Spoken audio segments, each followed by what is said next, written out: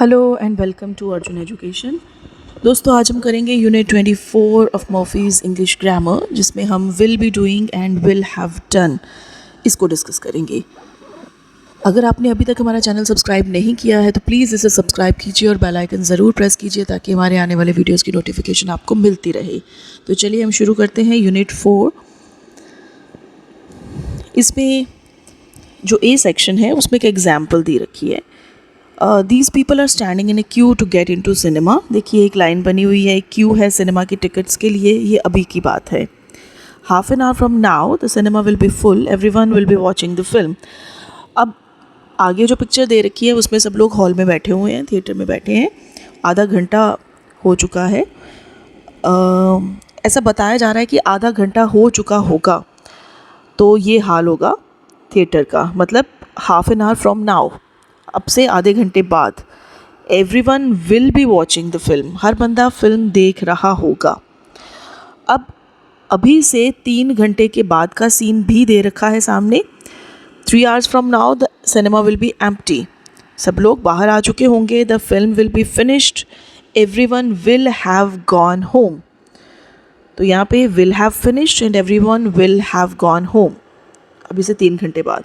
तो इस एग्जाम्पल से हमें क्या समझ में आता है? एक तो नाउ का सीन है, अभी क्या हो रहा है, आधे घंटे बाद, यानी कि ये फ्यूचर की बात हो रही है। ये फ्यूचर कॉन्टिन्यूअस टेंस है।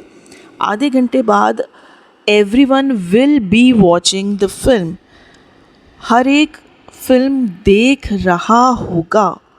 विल बी क्योंकि कॉन्टिन्यूअस है, कोई एक्शन हो रहा होगा अब से कुछ देर बाद। फर्स्ट फॉर्म प्लस आईएनजी लगेगा और विल बी लगेगा साथ में। Will be plus first form plus ING. तो ये फ्यूचर में अगर किसी टाइम पे कोई काम हो रहा होगा तो हम उसके लिए विल बी वॉचिंग यानी कि विल बी डूइंग लगाते हैं। और अगर फ्यूचर के किसी ऐसे टाइम का रेफरेंस दे रखा हो जिसमें कोई काम ख़त्म हो चुका होगा, फिनिश हो चुका होगा, तब हम विल हैव फिनिश, यानी कि परफेक्ट हो गया।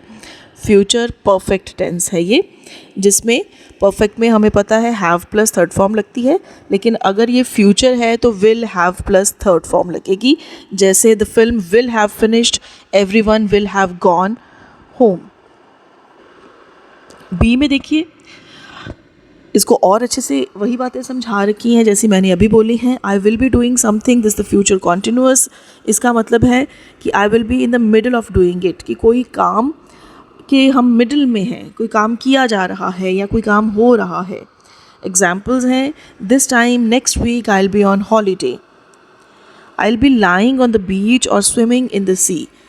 अगले हफ्ते इसी टाइम मैं अपना हॉलीडे मना रही होंगी, मैं बीच पे लेटी होंगी, स्विमिंग कर रही होंगी सी में। तो I will be in the middle of doing all these thing, I will be in the middle of enjoying my holidays. You have no chance of getting the job, you will be wasting your time if you apply for it, कि तुम्हारी job मिलने का कोई chance नहीं है। अगर तुम इसके लिए अप्लाई करते हो तो तुम अपना टाइम वेस्ट कर रहे होंगे। Compare will be doing and will do, यानी कि यहाँ पे फ्यूचर कॉन्टिन्यूअस का फ्यूचर सिंपल से कंपैरिजन किया जा रहा है। हमें पता लगेगा कि दोनों में क्या फ़र्क है और दोनों कहाँ कहाँ पे यूज़ होते हैं। Don't phone between 7 and 8, we will be having dinner. तो हम उस वक्त 7 से 8 के बीच में डिनर कर रहे होंगे, इसलिए फ़ोन मत करना। तो ये हो गया फ्यूचर कॉन्टिन्यूअस, कि जब फ्यूचर के किसी ऐसे टाइम का रेफरेंस होगा जब कोई काम किया जा रहा है। Let's wait for Liz to arrive and then we will have dinner.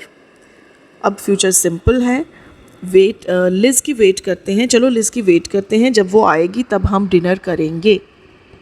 We will have dinner, तब हम डिनर करेंगे। ये फ्यूचर सिंपल हो गया।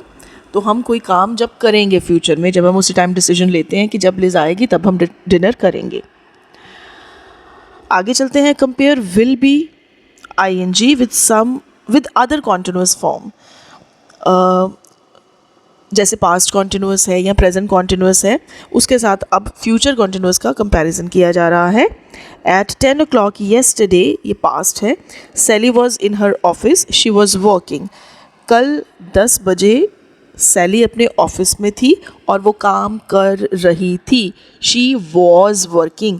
पास्ट के किसी टाइम का रेफरेंस दिया है, पास्ट के कल 10 बजे का रेफरेंस दिया है जब सैली ऑफिस में थी और वो काम कर रही थी। ये पास्ट कॉन्टिन्यूस हो गया। आगे हमें प्रेजेंट कॉन्टिन्यूस दे रखा है। It's 10 o'clock now, she is in her office, she is working. अभी 10 बजे हैं, आज के 10 बजे हैं, सैली ऑफिस में है और वो काम कर रही है। शी इज़ वर्किंग, इस वक्त पे कोई काम हो रहा है। अब फ्यूचर कॉन्टिन्यूस है। At 10 o'clock tomorrow she will be in her office, she will be working. कल सुबह 10 बजे वो ऑफिस में होगी और वो काम कर रही होगी। ये फ्यूचर कॉन्टिन्यूस टेंस है। तो तीनों टेंसेस के कॉन्टिन्यूस फॉर्म्स के एग्जाम्पल आपने देख ली। सी में we also use will be plus ING to talk about complete actions in the future. हमेशा ऐसा नहीं होता है कि फ्यूचर कॉन्टिन्यूस टेंस में कोई एक्शन के हम मिडिल में ही होते हैं। कई बार हम फिनिश्ड कंप्लीट एक्शंस के लिए भी इसका यूज़ कर लेते हैं। कुछ एग्जांपल्स दे रखी हैं।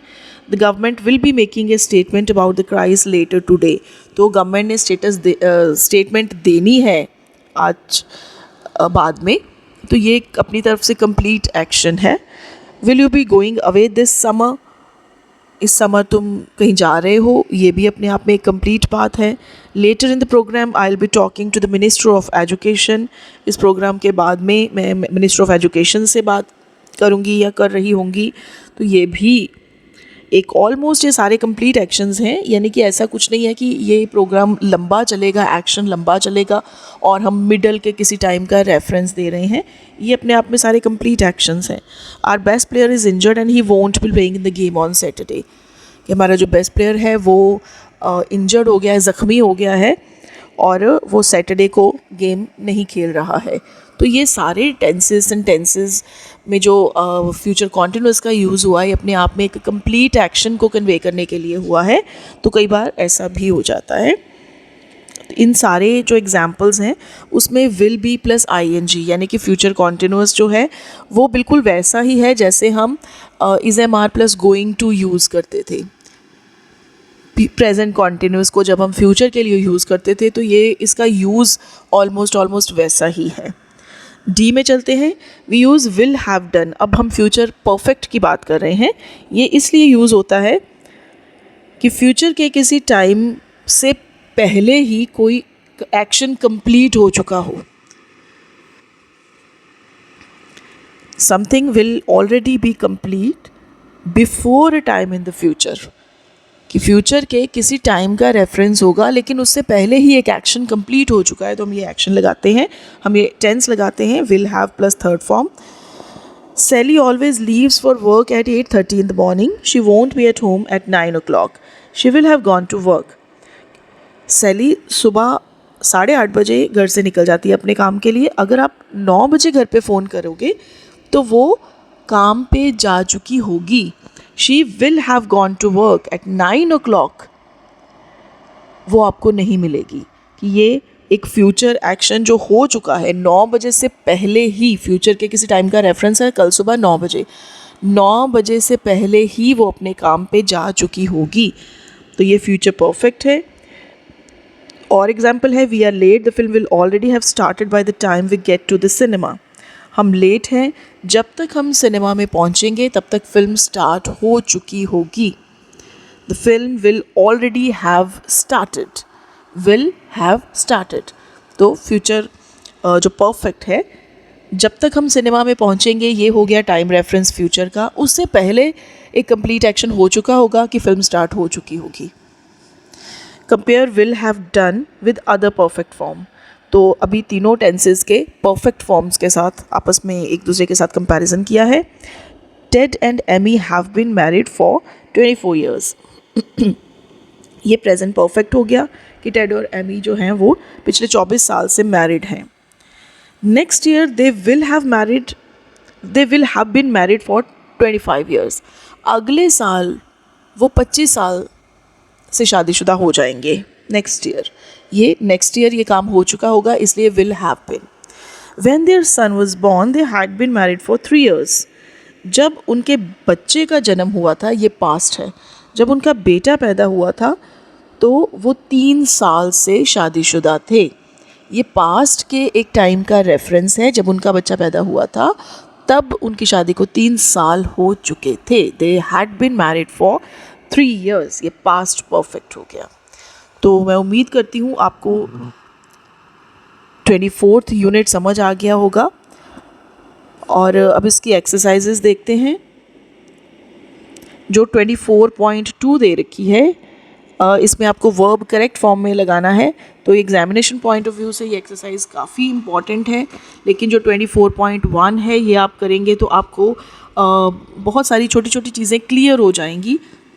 तो उसके बाद आप 24.2 करेंगे तो आपको समझ लग जाएगा कि क्या उसमें लाइक किस तरह से हम उसको सॉल्व कर सकते हैं। टाइम रेफरेंस दे के पहली वाली एक्सरसाइजेज में आपको समझाया हुआ है, तो इसको करने की कोशिश कीजिए। मैं की डाल दूँगी, और अगर आपको कोई प्रॉब्लम आती है तो प्लीज़ मुझे कमेंट करके आप पूछ सकते हैं, अपना फीडबैक दे सकते हैं। तो आई होप आपको ये यूनिट क्लियर हो गया होगा। तो अगर आपको ये वीडियो अच्छा लगा हो तो इसे लाइक कीजिए और अपने दोस्तों के साथ शेयर कीजिए। हमारे चैनल को सब्सक्राइब कीजिए। हमें कमेंट करके बताइए आपको ये वीडियो कैसा लगा। तो दोस्तों, ऐसे ही और वीडियोस देखने के लिए please stay with us. Thank you.